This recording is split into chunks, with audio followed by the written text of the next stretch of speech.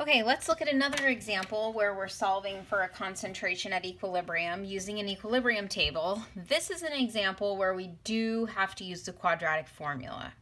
So let's look at this one. So here's the problem. It says dinitrogen tetraoxide decomposes to nitrogen dioxide, and this is the equation. I'm just going to write out the equation just to save time because this will take a lot of calculations. So dinitrogen tetraoxide is going to decompose into nitrogen dioxide.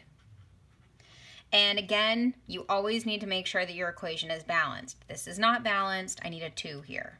Okay, so there's the reaction.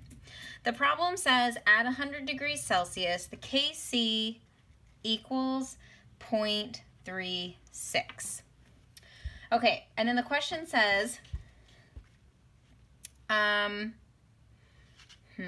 just write it over here.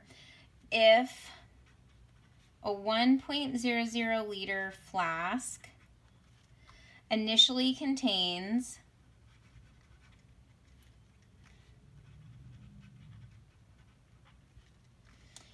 0.100 molar dinitrogen tetraoxide, what will be the equilibrium concentration of nitrogen dioxide? So essentially we're using the Kc to solve for X, which we can use to solve for the concentration of nitrogen dioxide at equilibrium. So again, let's make our equilibrium table. Here is my reaction, initial, change, equilibrium. So it says the initial concentration of the dinitrogen tetraoxide is 0.100 molar. We don't start with any product. Here the change, minus X plus 2X. Don't forget this. A lot of people will forget this. This is where you will make the most mistakes in your calculations, is you will not remember to use the coefficient as the change. That, and also not remember to use the coefficient as the exponent. So then we're going to write the equilibrium concentrations, 0.100 minus X, and then 2X. So now this line right here is what we use for the Kc, because remember what the Kc is. The Kc is the concentration of the products over the concentration of the reactants at equilibrium. So I'm going to go ahead and write that out. I'm going to write 0.36 equals the concentration of the products, which is, I'm just going to write it out with the compounds first, and then we'll put the actual numbers in. Nitrogen dioxide squared over the concentration of dinitrogen tetraoxide. So now we know what these are, we can plug them in. So I'm going to say 0.36 equals the concentration of nitrogen dioxide, 2X squared over the concentration of dinitrogen tetraoxide, 0.100 minus X. And now I need to solve for X. So this is a situation where we cannot just take the square root of both sides to get rid of this X squared, because this term on the bottom is not squared. So this is the difference between the previous example that we did that was a perfect square. The top and the bottom were both squared, so I could just take the square root of this whole thing. The bottom part here is not squared, so I cannot. So if it is not a perfect square, this means you must use the quadratic to solve for X.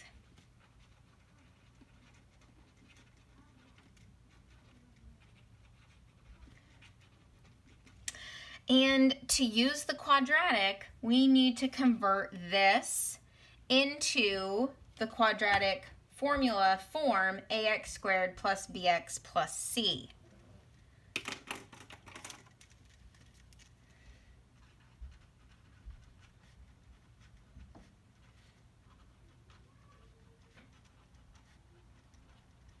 equals 0. Once it is in ax squared plus bx plus c form, then we'll use the quadratic formula, which is negative b plus or minus the square root of b squared minus 4ac all over 2a. We'll get to that in a second. So first things first, let's convert this into ax squared plus bx plus c. So first thing I'm going to do is I'm just going to square this top part. So I'm going to get 0.36 equals 4x squared. Don't forget that you're squaring the number and the term over 0.100 minus x. I'm going to distribute this bottom part, 0.100 minus x, 0.100 minus x. So then when I do this, I am going to get 0.036 minus 0.36x equals 4x squared. I'm going to move everything over here because I need it to be 0 equals ax squared. So I'm just going to rearrange this to say 0 equals 4x squared. When I move this to the other side, the sign is going to change. So it's going to be 0 equals 4x squared plus 0.36x minus 0.036. Okay, so now we have it in ax squared plus bx plus c form. This is the form we need it to be in to be able to use the quadratic formula.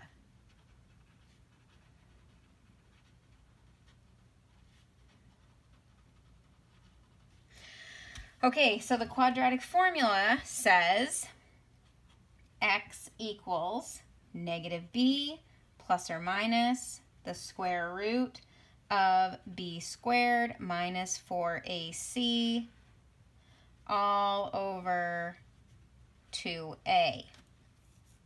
So this is ax squared plus bx plus c. So a in this case would be 4. B in this case would be 0.36. C in this case would be negative 0.036. That just comes from what you get when you put it in this format.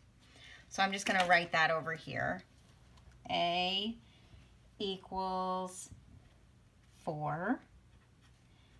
B equals 0.36. C equals negative 0.036. So now I'm going to plug this in and solve for x. So x equals negative 0.36 plus or minus the square root of b squared, 0.36 squared, minus 4ac, so 4 times 4 times negative 0.036, all over 2a, which is 2 times 4. Okay, so when I solve, I'm going to get x equals 2 options. X, negative 0.36 plus this, negative 0.36 minus this. So let's see what the 2 options are. So I'm just going to solve for this term under the quadratic formula, under the square root right here. So 0.36 squared minus 4 times 4 times negative 0.0136, 0.342, I'm going to take the square root of that, 0.589.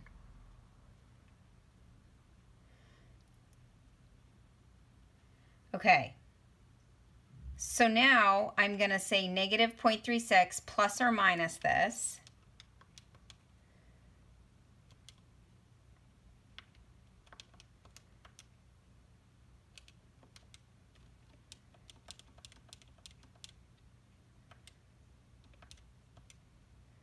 I did something wrong here. 0.36 squared minus 4 times 4 times negative 0.036 square root. That's right. So this term here underneath the square root is 0.84. So I'm going to say negative 0.36 plus 0.84 divided by 8, x equals that. Or I'm going to say x equals negative 0.36 minus 0.84 over 8. So let's see what that is. Negative 0.36 plus 0.84 divide by 8. In this case, x equals 0.06.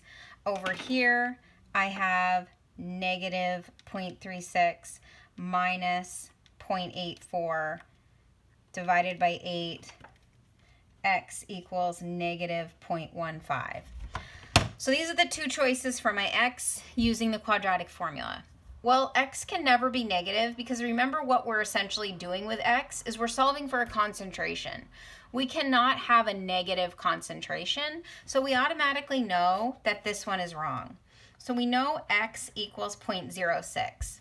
There will never be a situation where you solve for the two x's and both of them are possibilities. One of them will always be disqualified because it would give you a negative concentration, either because it's a negative number or when you plug it in, it would be negative.